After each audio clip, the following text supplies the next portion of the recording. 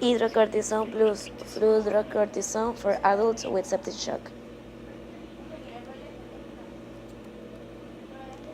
Hydrocortisone plus. This medication is used to treat a variety of skin conditions: eczema, dermatitis, allergies, rash, itching of the other female genitals, anal itching. Hydrocortisone reduces the swelling. Flow, which leads to a drop in blood pressure, making it difficult for the blood to carry oxygen to the body's major organs. This can lead to failure of organs such as the lungs, the kidneys, or the heart. In the worst cases, the patient dies in a matter of hours. Detecting sepsis early is crucial, so be attentive to symptoms such as fever and chills, breathing difficulties, diarrhea and vomiting, confusion and slurred speech, low blood pressure and elevated heart rate, low urine production. Sepsis can affect anyone. Help us stop sepsis. Septic shock. Sepsis is the result of an infection and causes drastic changes in the body. It can be very dangerous and potentially life-threatening. It occurs when chemicals that fight infection by trigger inflammatory reactions are released into the cyst. The symptoms of a septic shock. Early symptoms of the septic shocks should be not ignored. These include fever, usually higher than low body temperature, fast heart rate, rapid breathing of more than 20 breaths per minute. A bacterial, fungal, viral infection can cause sepsis.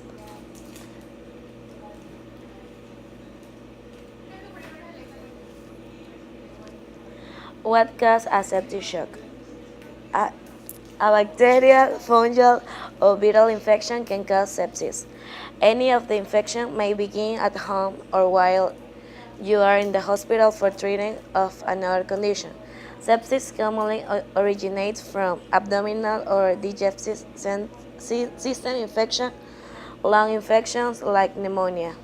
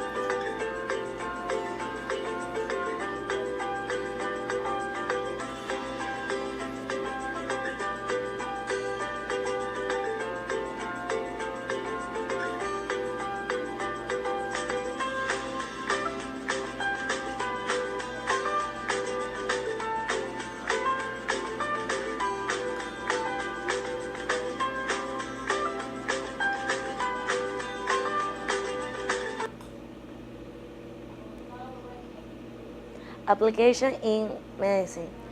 They're used in the treatment of cerebral cell wasting syndrome, replacing the missing hormone aldosterone in various forms of adrenal insufficiency, such as Addison disease or congenital adrenal hyperplasia. Also in orthostatic intolerance and postural orthostatic tachycardia syndrome, adrenal cortical insufficiency, adrenal genital syndrome, high blood calcium, thyroiditis, rheumatoid arthritis, dermatitis, asthma, and also use of the diagnosis of Crohn's disease.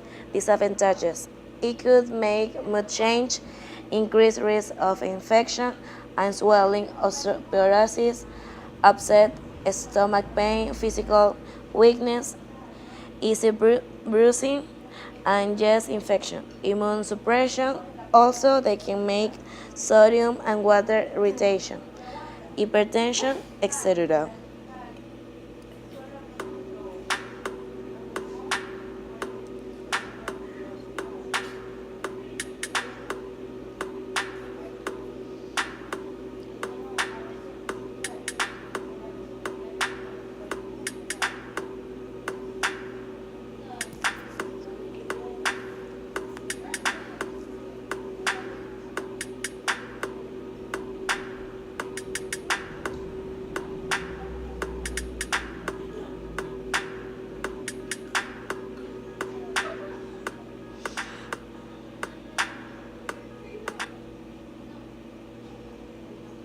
Conclusion. In this trial involving patients with septic shock, 19 days all-cause mortality was lower among those who received hydrocortisone plus fludrocortisone.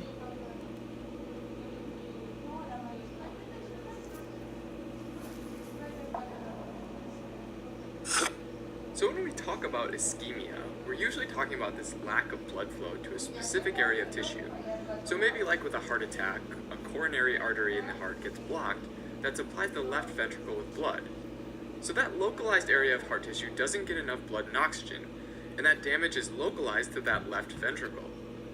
Shock is like ischemia, but on a global scale. In other words, it's a whole body circulatory failure, where blood flow to tissues is dangerously low, leading to cellular injury, possibly damaging multiple organs, and even leading to multiple organ failure if not treated immediately. Okay, so with shock, the body's tissues aren't getting enough oxygen via the blood, right? Normally, blood perfuses through tissue and delivers oxygen because there's enough pressure in the circulatory system to push it through. So blood pressure is a major determinant for the amount of blood perfusing through tissues. Now, blood pressure is determined by two components: the resistance to blood flow in the blood vessels, things like vessel length, blood viscosity, and vessel diameter, and the cardiac output, which is the volume of blood pumped by the heart through the body per minute. And you can break that into heart rate, the number of beats per minute, times stroke volume, the amount pumped out each beat. Going even further, the stroke volume is found by taking the total volume of blood left over after contraction, the end systolic volume, and subtracting it from the total volume in the heart after filling, the end diastolic volume. Alright, now keeping all those in mind, shock can be caused by a whole bunch of different things, but we can categorize the different types of shock into three main categories, along with some subcategories here and there. The first category is called hypovolemic shock.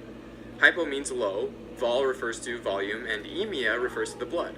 So hypovolemic shock is shock induced by a low fluid volume of blood. And this could be either non-hemorrhagic or hemorrhagic.